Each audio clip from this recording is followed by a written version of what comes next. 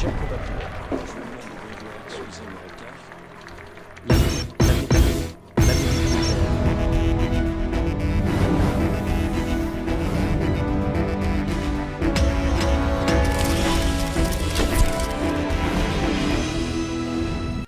Je ne sais pas si vous avez remarqué, mais j'ai modernisé le répertoire de la fanfare de la garde républicaine. Fini la marche consulaire à Marengo, et autres Sambre et Meuse. Maintenant, je me réveille au son de vrais tubes des années 70-80. Écoutez ça.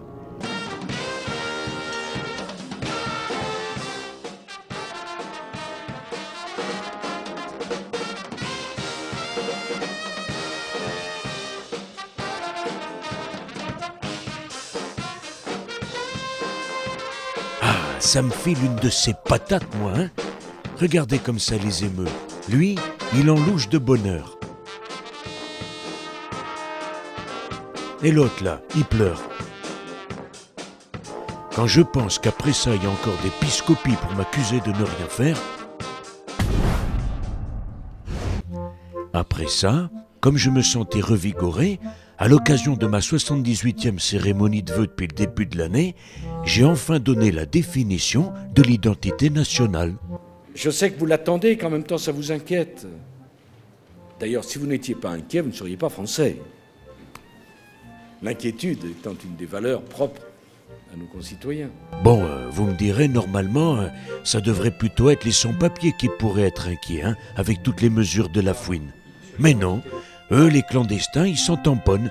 Ils savent qu'ils sont protégés dans leur tente Quécha par le grand con, là, le fils putatif de l'abbé Pierre et de Lambert Wilson. Ben ouais, c'est comme ça quand t'es président, Tu réfléchis, et puis après tu te mets à chauffer de la cafetière et tu pars en toupie. Mais enfin, vous en avez tellement entendu. Et si peu vu. Je veux dire, de ce que vous avez entendu. Pas de ce que vous vivez. Je sais, ça veut rien dire, mais bon, ça arrive à tout le monde, c'est le surmenage. Donc j'ai conscience que je l'ai un peu agité, Monsieur le Président. Et besoin aussi. Agitation dans le bon sens. On ne peut pas avoir un monde qui change et considérer qu'à l'intérieur de ce monde qui change... Bon, puis aujourd'hui, je pense que chacun a compris quand même que les forces vives de la nation doivent être vives. Et forte, et que tout ceci avait besoin d'un peu de rafraîchissement, au bon sens du terme. Ah putain, je suis claqué, moi. Heureusement que le week-end arrive. Vous avez vu ce petit village gaulois qui résiste à l'euro? Là-bas, c'est fantastique, Il continue à payer en francs. Pauvre ce gars. Il aurait aimé vivre là. Et du coup, la vie coûte moins cher. Je peux bien vous le dire, j'ai jamais été pour l'euro, moi, Mais bon, les copains m'ont forcé. Enfin, c'est du passé, n'en parlons plus. Pour vous rendre votre vrai pouvoir d'achat, je vais proposer l'adoption d'une nouvelle monnaie en France, le proglio. Pour un proglio, t'as rien, ça vaut 100 musulins. Mais pour 2 proglios, tu peux te payer le yacht de Bolloré. Et pour 3 proglios, tu peux carrément acheter la garde-robe de Rachida Dati.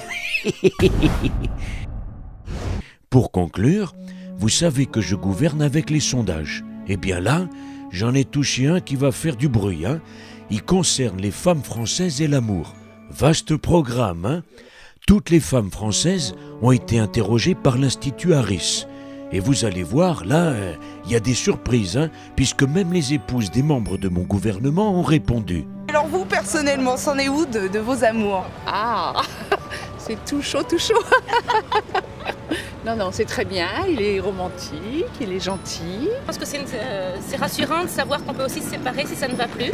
Mais bon, ça ne m'empêche pas de croire au grand amour. Les filles, si vous le faites pas, faut le faire. Il faut se libérer, il faut pas de tabou. Et plus on est libre, plus ça fonctionne dans son couple. Tout à fait. Allez, bon week-end, messieurs. Et bon courage,